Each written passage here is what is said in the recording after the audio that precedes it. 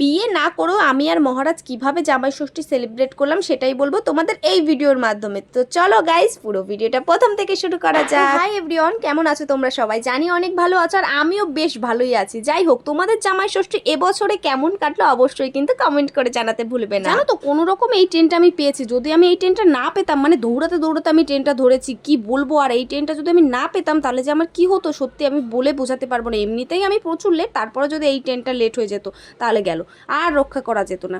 যাই হোক, দেখো আমি ব্যাগটা কিনতে গিয়ে আমার এই জিনিসপত্রগুলো সব পড়ে গেছিলো, তারপর ওই বনুটা কিন্তু তুলে দিল। এটা থেকে কিন্তু আমি এটাই বুঝতে পারলাম, মানে এই ঘটনাটা দেখে, যে এখনও পৃথিবীতে কিন্তু ভালো মানুষ আছে, এখনও হারিয়ে যায়নি। যাই হোক গাইস, মসলান্দপুর স্টেশনে নামা মাত্র আমি কিন্তু ভীষণ একটা নিউজ পেলাম। মানে যারা যারা টিকিট কাটতো না তাদের তো আগে 250 টাকা প্লাস, মানে তার আরেকটা যে টিকিটের মূল্য মানে 270 টাকা নিত, কিন্তু এখন সেটা ডবল করে দিয়েছে, মানে 500 টাকা। মানে বুঝতে পারছো তোমরা, টিকিট না কেটে উঠলে টিটি যদি ধরে 500 টাকা মানে ফাইন কিন্তু দিতেই হবে, কেউ আটকাতে পারবে না। তো গাইস, খুব সতর্কভাবে কিন্তু এবার চলাফেরা করবা, বাই সাজেশন এটা আমি, কেউ আবার রাগারাগি করো না। যাই হোক গাইস, আমরা তেল ভরে নিয়ে মানে টোটালি চলে এসেছি এখন আমরা মানে ভিডিও করতে, কারণ আমাদের প্রচুর লেট হয়ে গেছে। দেখতেই পাচ্ছ পুরো ব্যাকগ্রাউন্ডটা কিন্তু ব্লার বেড়ে দিচ্ছিল, মানে অনেক সন্ধ্যা হয়ে গেছিলো। তারপরে আমরা সেখান থেকে ভিডিও টিডিও কমপ্লিট করে মহারাজদের বাড়ি আসলাম, কিছু খাবার দাবার করলাম, খাওয়া দাওয়া করে তারপরে কিন্তু আমরা চলে এসেছি জামাই ষষ্ঠী সেলিব্রেট করতে। আর দেখতে পাচ্ছ সাথে নিয়ে নিয়েছি মিষ্টি, আর এখন নেব আমরা হচ্ছে ওই ফুটি, তারপরে লস্যি, এই সমস্ত কিছু। আসলে গরমের দিনে ঠান্ডা কিছু নিয়ে যাব না, কারোর বাড়িতে গেলে এটা তো কেমন দেখায়, তাই না?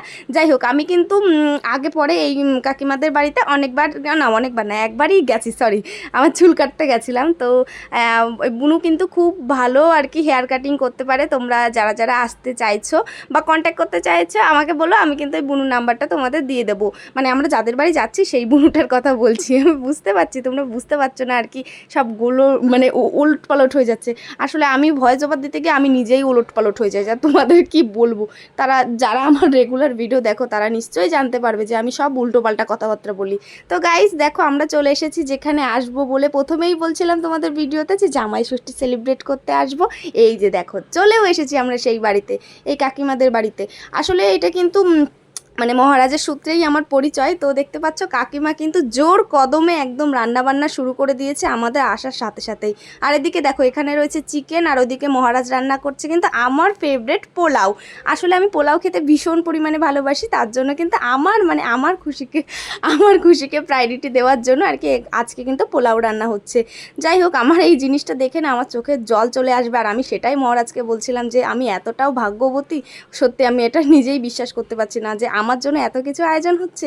সত্যি এই সমস্ত জিনিস যখন নিজের চোখের সামনে দেখি না, নিজের উপরে না একটা আলাদা ফিলিংস হয়, মানে আলাদা মানে গর্ববোধ হয় যে আমার জন্য কেউ এরকম এত কিছু ভাবতে পারে।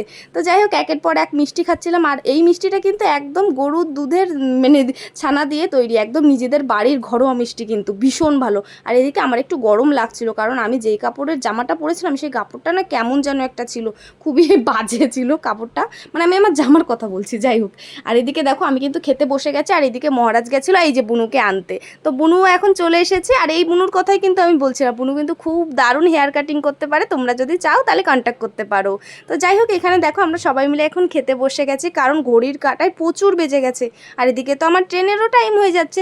তার জন্য আমরা খেয়েছি, আবার দেখো বাড়ি আসার জন্য নিয়েও এসেছি। মানে আমাদের মতন পাবলিক কেউ আছে বলো, যে খেয়ে দিয়ে আসছি আবার প্যাকেটে করে সাথে নিয়েও আসছি, মানে কি বলবো। আর আমাদের কথা সত্যি যারা যারা আমাদের সাথে থাকে তারা হাসতে হাসতে মানে মরে যাবে, এরকম একটা বিষয়, এত কাউতলি করি। তো দেখো, ফুটিটা খেতে আমার ভীষণ ইচ্ছা করছিল, আর এদিকে মহারাজ আমাকে দিব্যি দিয়েছিল। গাইস, আজকের ভিডিওটা ছিল এই পর্যন্ত, দেখাবে নেক্সট কোনো ভিডিওতে।